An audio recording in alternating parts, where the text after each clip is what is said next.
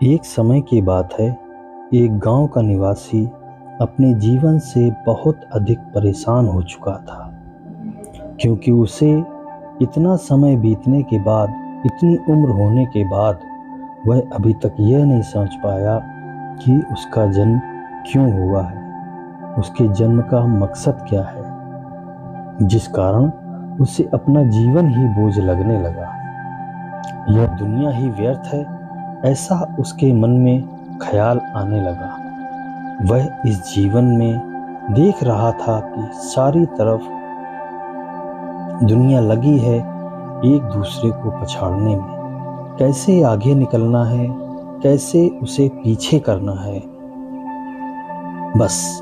परंतु उद्देश्य क्या है जीवन का, यह कोई नहीं जानता। बस लगे हैं दौड़ लगाने में। यहाँ पर सब कुछ उल्टा सीधा है। जो सही है उसे गलत समझा जाता है, और जो गलत है उसे सही। इसी उलझी हुई दुनिया में किसी को अपने जन्म का उद्देश्य ही नहीं पता। वह युवक यह देख रहा था कि सब कुछ तो हो रहा है, परंतु कैसे, यह नहीं समझ पा रहा था। बस उसे कुछ अलग करना था, बिल्कुल अलग, पर क्या और कैसे होगा, बस इसी उलझन में वह चल पड़ा। कहाँ जाना है, क्या करना है, उसे कुछ भी नहीं समझ में आ रहा था, परंतु वह चला ही जा रहा था। एक दिन वह युवक अपने जीवन को समाप्त करने के लिए घर से निकला। वह एक गांव को पार करने ही वाला था कि अचानक से उसे सामने एक कुटिया दिखाई पड़ी, जिसमें कुछ व्यक्ति चर्चा करते हुए उसे नजर आए।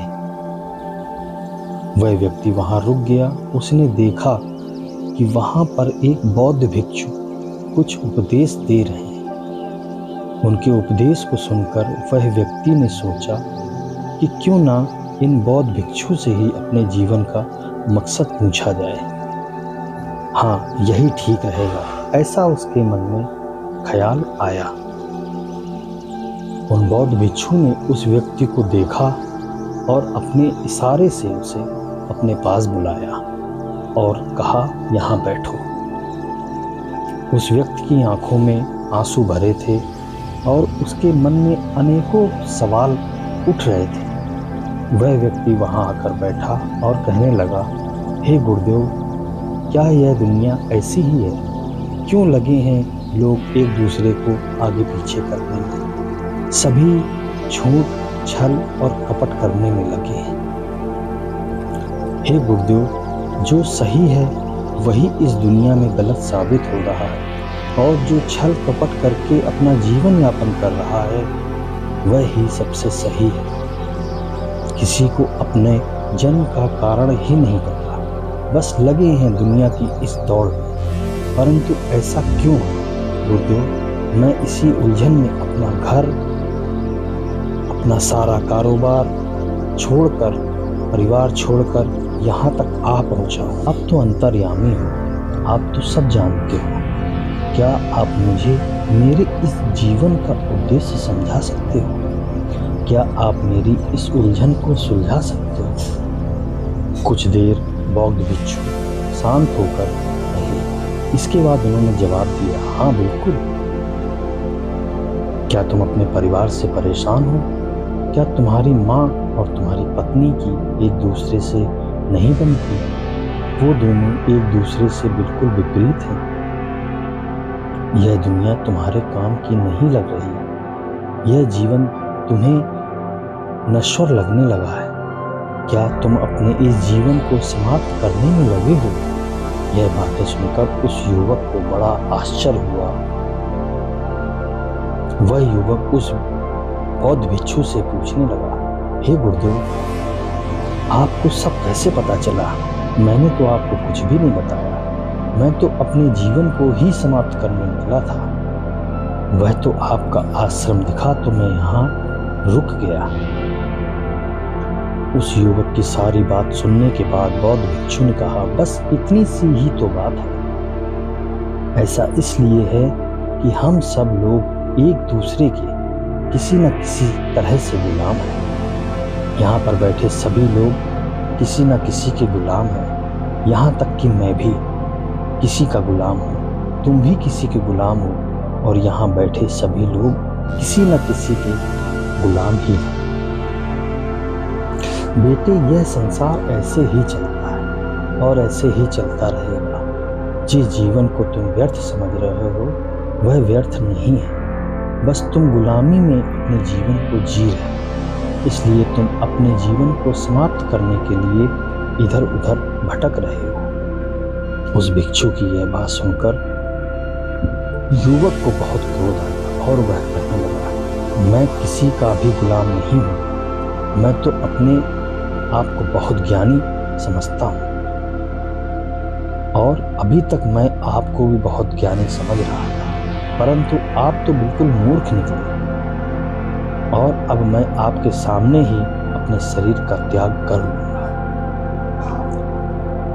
उस भिक्षु ने जब इस युवक की बात सुनी तो वह कहने लगा, अरे तुम तो क्रोधित हो गए, मैंने तो बस सही ही बताया था, सत्य ही कहा था, मैं खुद को भी तो गुलाम ही कह रहा हूँ। और अगर तुम्हें इस शरीर को त्यागना ही है तो मेरा एक कहना मानोगे? उस युवक ने ध्यान से सुना और कहा, हाँ आप बताइए। जैसे ही बौद्ध भिक्षु ने उस युवक की बात सुनी, उन्होंने कहा, आज की रात तुम यहीं इसी कुटिया में रुक जाओ, तुम्हारा शरीर त्यागने की जो इच्छा है वो भी पूरी हो जाएगी, क्योंकि इस कुटिया में तुम रुकोगे, उस कुटिया में एक विषधर नाग रहता है। परंतु उस युवक ने कहा, ठीक रहेगा गुरुदेव, अब हमें संसार छोड़ने में कोई समस्या नहीं है। उस बौद्ध भिक्षु ने युवक के ठहरने का सारा इंतजाम कराया और वह अपनी कुटिया में चले गए। कुछ समय बीतने के बाद अचानक से रात में जोर जोर से चिल्लाने की आवाज़ सुनाई देने लगी। वह भिक्षु दौड़कर आए और उस युवक की कुटिया की तरफ भागे। वहां जाकर देखा कि वह युवक डंडे को जमीन पर पटक पटक कर चिल्ला रहा था, देखो सांप आया, देखो सांप आया। उन बौद्ध भिक्षु ने जोर जोर से चिल्लाकर कहा, अरे युवक, अरे पुत्र, यहाँ पर कोई सांप नहीं है, बल्कि एक रस्सी पड़ी हुई है। परंतु वह नहीं माना। तब बौद्ध भिक्षु ने वहां पड़े एक डंडे से उस युवक की पीठ पर एक जोर से वार किया। जब जोर से वार किया तो युवक चिल्लाकर कहने लगा, आपने मुझे क्यों मारा? मैं तो उस सर्प को मार रहा था। बौद्ध भिक्षु ने कहा, जरा ध्यान से देखो, वह सर्प नहीं है, एक रस्सी है जिसे तुम अपने इस डंडे से मार रहे थे। जब युवक ने बहुत ही गौर से ध्यान से देखा तो उसे अपनी गलती का एहसास हुआ और वह शांत हुआ। कुछ पल के बाद बड़े आश्चर्य से उस युवक ने भिक्षु से कहा, जब यहाँ पर कोई सांप था ही नहीं तो आपने मुझसे झूठ क्यों बोला?